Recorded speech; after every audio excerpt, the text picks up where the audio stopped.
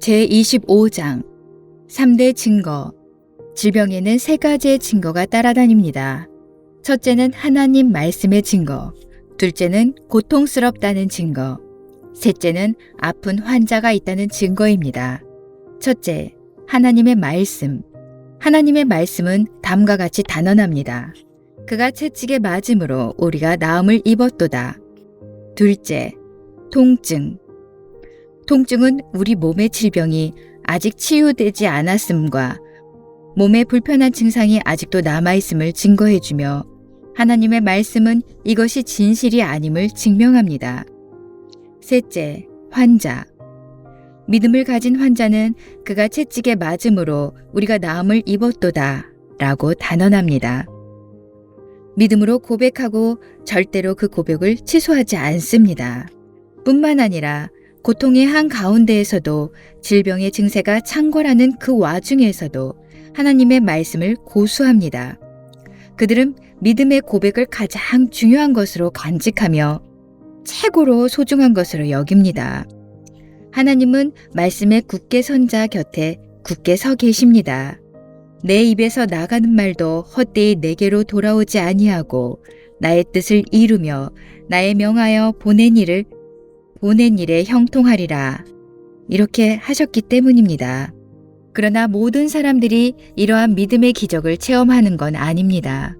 그가 채찍에 맞음으로 우리가 나음을 입었도다 라고 고백하면서도 하나님의 말씀의 권위보다는 자신의 오감의 권위를 더 인정하는 엉터리 신자들도 많기 때문입니다.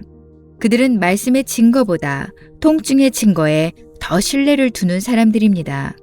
하루는 걷지 못하는 한 여인에게 여호와는 나의 빛이요 나의 구원이시니 내가 누구를 두려워하리요.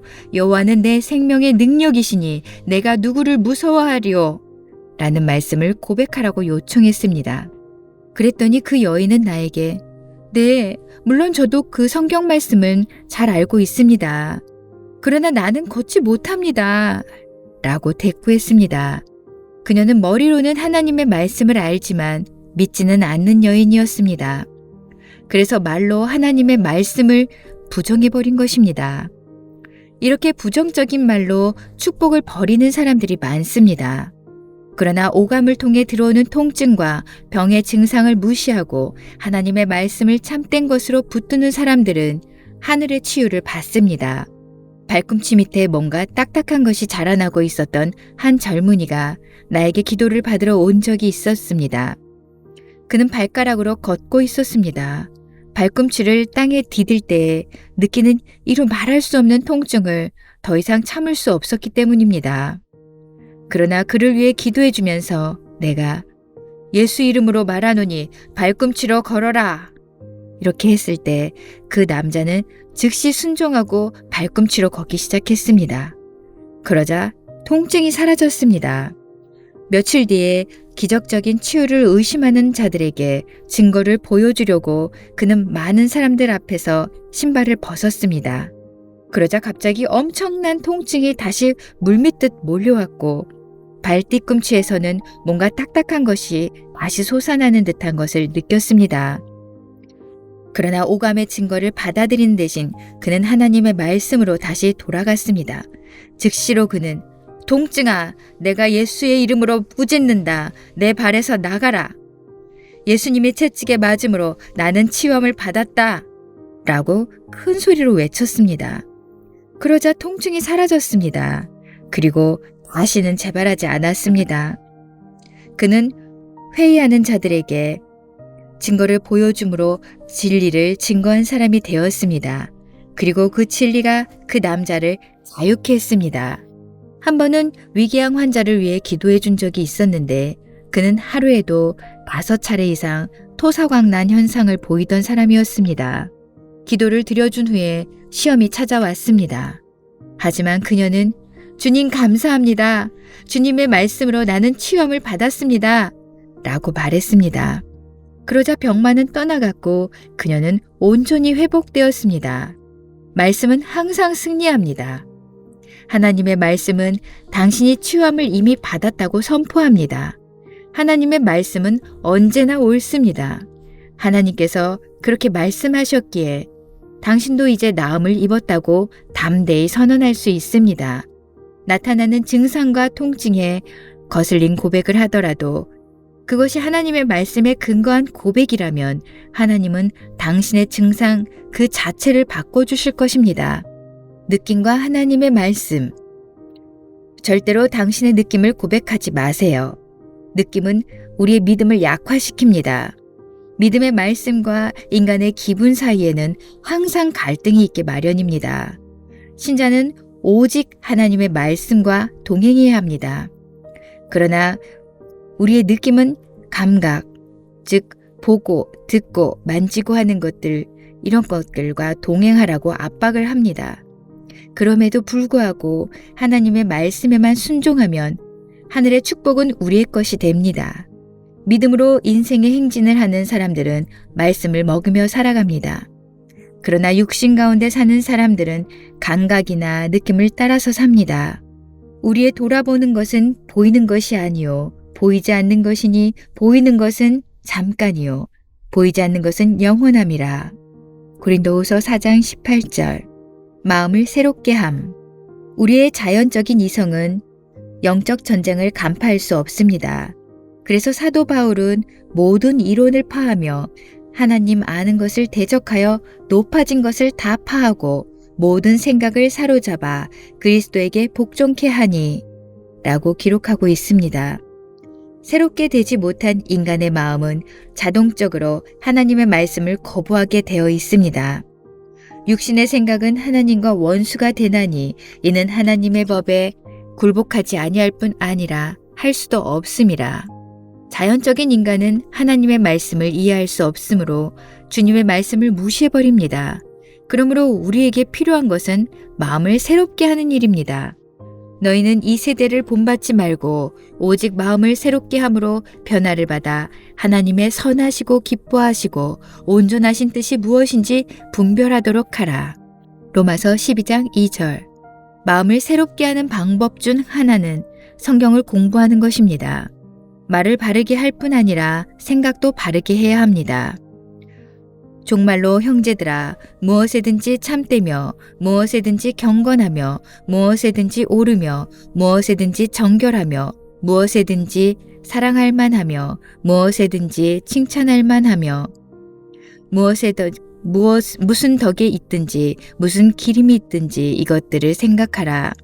빌립보서 4장 8절. 무릇 그 마음의 생각이 어떠하면 그의 사람됨도 그러하니 라는 말씀처럼 사람의 생각은 참으로 중요합니다. 참된 생각, 바른 생각, 좋은 생각, 유익한 생각은 사람을 건강하게 만들어줍니다.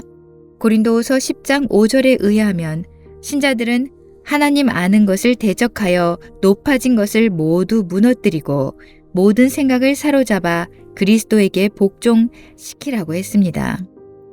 그러므로 마음과 생각으로부터 자신의 논리를 추방하고 그리스도의 말씀으로 가득 채워야 할 것입니다. 기독교인들은 그리스도의 마음을 가진 사람들입니다. 하나님 안에서 마음을 새롭게 하면 영적이고 육적인 변화가 우리를 찾아옵니다. 바울은 너희 몸을 하나님이 기뻐하시는 거룩한 산 제사로 드리라 이렇게 말했습니다. 우리의 몸은 오감의 실험실입니다. 그러므로 오감을 하나님께 희생 제물로 드립니다. 바울은 이어서 너희는 이 세대를 본받지 말고 오직 마음을 새롭게 함으로 변화를 받아 하나님의 선하시고 기뻐하시고 온전하신 뜻이 무엇인지 분별하도록 하라 이렇게 합니다. 마음이 새롭게 된 사람은 바른 신앙 고백의 영적 가치를 깨닫게 될 것입니다. 당신의 치유를 오늘 고백하라.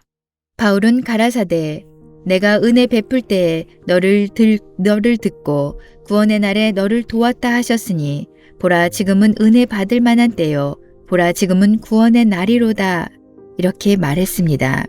웹스터 사전에 보면 구원이란 죄와 그에 따른 징벌로부터 벗어남이라고 정의되어 있습니다.